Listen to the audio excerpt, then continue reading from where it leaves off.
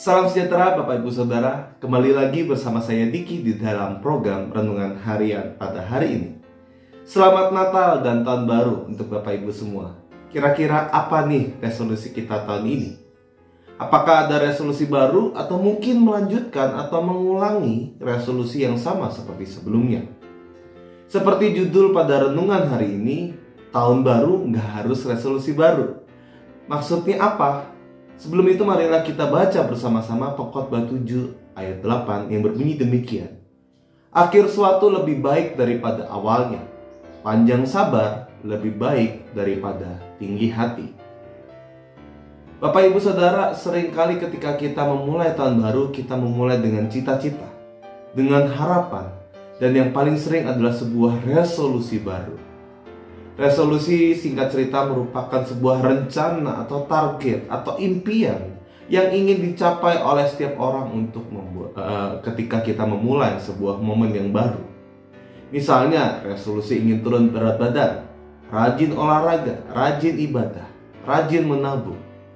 Memang betul tahun baru merupakan momentum yang baik untuk memulai sebuah kebiasaan baru yang baik. Namun pertanyaannya, seberapa jauh kita mencapai resolusi tersebut? Faktanya, lebih dari 70% orang mengaku gagal mencapai resolusi di tahun sebelumnya, lalu mengubahnya di tahun yang baru atau menurunkan targetnya karena merasa tidak sanggup. Resolusi memang membawa kita kepada sebuah target ataupun harapan hidup yang baru.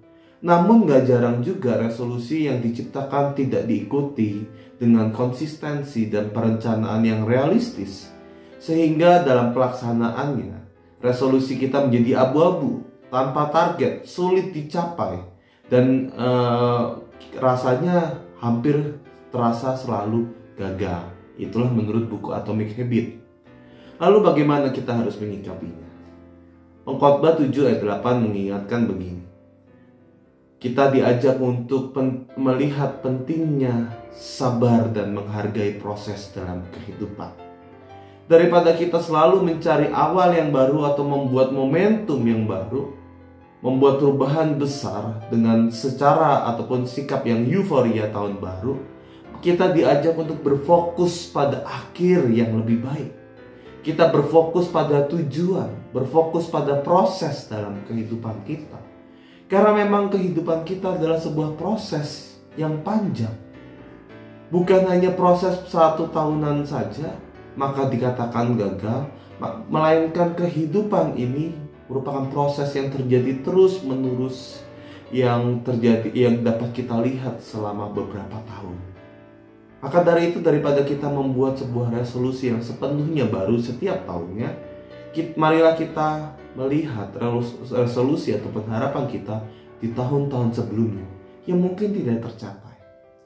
Kita melihat bahwa keberhasilan bukan hanya dalam lingkup 1 tahun, melainkan proses yang tidak kunjung henti dan tidak dibatasi oleh tahun baru.